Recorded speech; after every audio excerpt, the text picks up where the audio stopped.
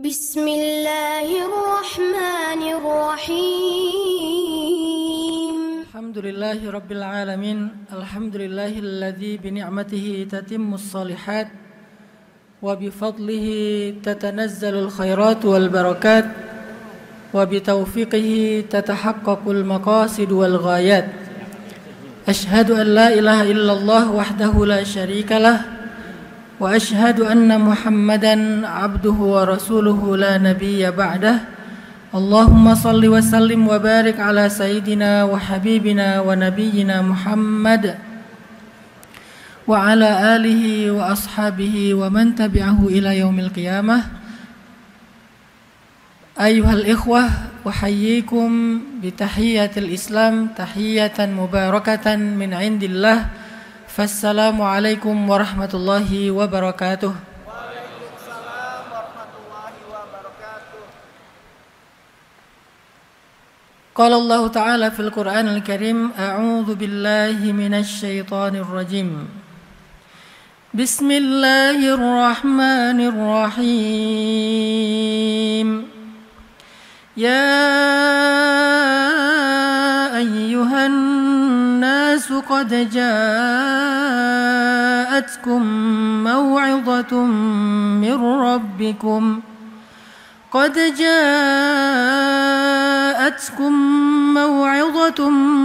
ربكم وشفاء لما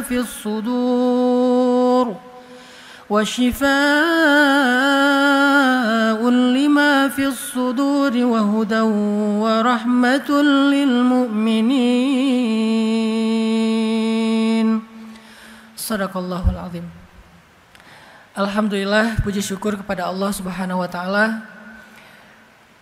Kita pada malam tadi, kemudian subuh dan pagi ini Allah kumpulkan dalam sebuah majelis yang insya Allah bukan hanya diramaikan oleh anak-anak muda Gen Z, tetapi juga majelis ini adalah majelis yang diramaikan oleh para malaikat. Saya teringat kisah seorang sahabat dari Ansor yang terkenal dengan Ahlul Quran. Namanya sahabat Usaid bin Hudayr. Usaid bin Hudayr al-Ansari ini sahabat yang kalau baca Al-Quran itu banyak kejadian-kejadian yang aneh. Beberapa kali Usaid bin Hudayr membaca Al-Quran di kebun, terus tiba-tiba di atasnya terlihat seperti mendung dan gelap, sehingga akhirnya Usaid bin Hudayr menyudahi bacaannya karena takut kehujanan.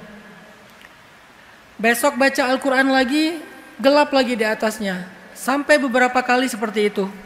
Kemudian Usaid bertanya kepada Rasulullah SAW, "Ya Rasulullah, kenapa setiap kali saya baca Quran itu kayak mendung?" Maka Nabi menjawab, "Wahai Usaid, itu bukan awan, bukan mendung, tetapi itu adalah malaikat yang berkumpul ingin mendengar bacaanmu. Seandainya engkau meneruskan bacaanmu, maka jumlah malaikat itu akan menutupi cahaya matahari." Ini salah satu sahabat yang terkenal dengan bacaan yang membuat para malaikat berkumpul. Sehingga kita berharap hari ini bacaan Al-Quran kita, khatmil Quran kita, bukan hanya disaksikan secara online, tetapi juga disaksikan di langit. Inna Qur'an al-fajri kana mashhuda. Bacaan di waktu fajri itu sebagian ulama mengartikan bacaan imam ketika sholat subuh. Tapi juga secara general, secara umum bacaan Al-Quran di waktu tahajud, di waktu subuh dan setelah subuh. Maka siapa yang membaca Al-Quran di waktu-waktu yang mulia itu, kana mashhuda, bacaannya disaksikan. Siapa yang menyaksikan bacaannya? Yang menyaksikan bacaannya adalah Allah dan para malaikat.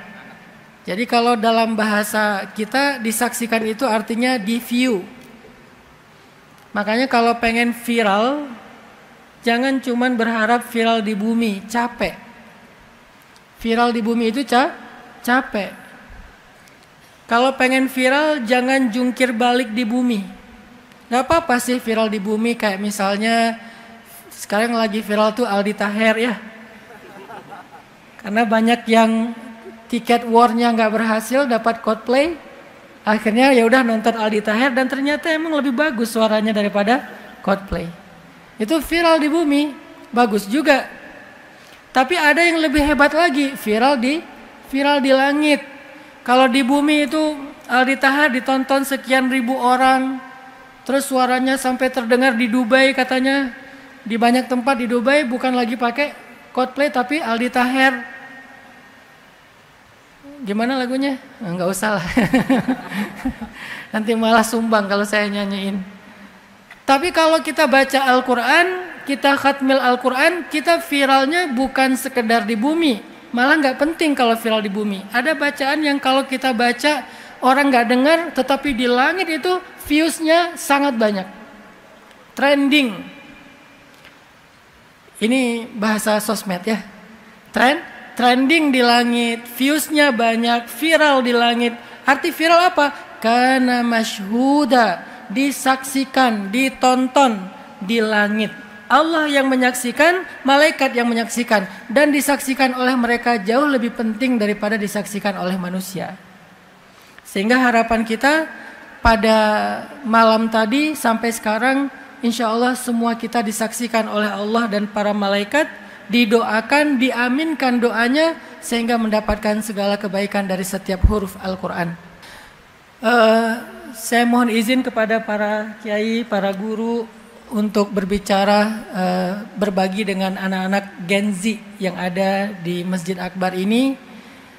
Sebetulnya ada banyak ulama-ulama dan guru-guru kita yang lebih layak bicara di hadapan, tetapi karena ini sebuah perintah dari para kiai dan juga sebuah amanah, saya ingin berbagi sedikit saja semangat. Mungkin bukan berbagi ilmu, hanya berbagi semangat. Karena seringkali orang yang berbicara di depan itu tidak lebih faqih daripada orang yang mendengar. Teman-teman mungkin pernah dengar cerita Imam Al-Ghazali. Di waktu subuh lagi ngajarin Al-Quran, tiba-tiba ada seorang mustami', seorang jamaah nanya kepada Imam Al-Ghazali, "Ya Syekh, Allah Subhanahu wa taala berfirman di dalam Al-Quran, kulla yaumin huwa fi sya'n." Setiap hari Allah sibuk. Pertanyaan saya, ma sya'nullahil yaum? Apa kesibukan Allah hari ini?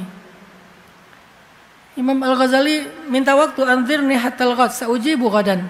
Kasih saya waktu sampai besok, besok akan saya jawab. Pulang mikir, apa ya kesibukan Allah hari ini? Enggak nemu jawaban. Padahal Imam Al-Ghazali hujjatul Islam, al-mujaddid fil mi'ah al-khamisah. Beliau seorang pembela Islam. Beliau seorang mujaddid pada abad kelima. Karena setiap 100 tahun ada mujaddid dalam Islam itu.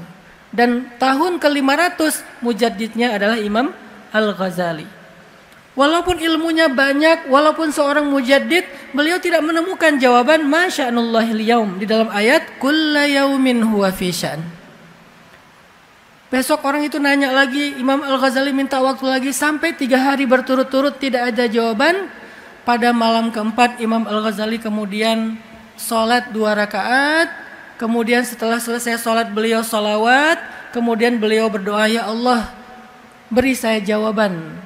Kalau doanya Nabi Ibrahim itu Rabbi habli hukman, ya Allah beri saya hikmah. Apa itu hikmah? Al-isabah fil qawli wal amal. Tepat dalam ucapan dan tepat dalam perbuatan.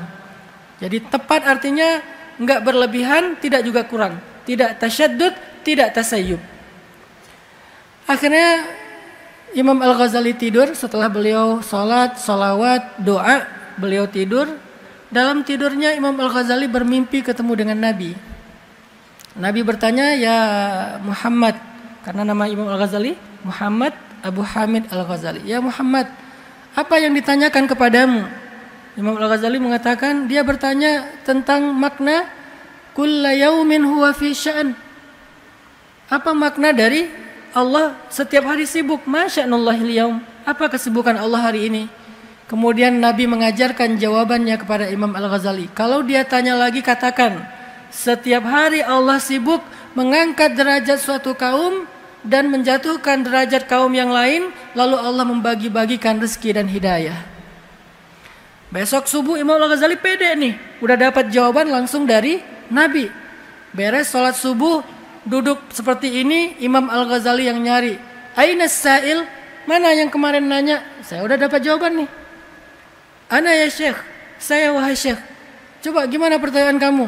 Allah setiap hari sibuk, apa kesibukan Allah hari ini? Kemudian Imam Al-Ghazali menjawab, setiap hari Allah sibuk mengangkat suatu derajat suatu kaum dan menjatuhkan kaum yang lain, membagi-bagikan rezeki dan hidayah. Tiba-tiba orang itu mengatakan, ya Syekh, banyak-banyaklah berselawat kepada orang yang telah mengajarkan Anda jawaban itu di dalam mimpi. Barulah Imam Al-Ghazali sadar beliau tidak lebih tahu dari yang bertanya. Bagaimana mungkin orang itu tahu isi mimpinya Imam Al-Ghazali, kecuali Allah membukakan kepadanya ilmu ladunni wa 'allamnahu min ladunna ilma. Kami ajarkan kepadanya dari sisi kami suatu ilmu atau ar-rusydu. يا ربي شكرا هديت قلبي شكرا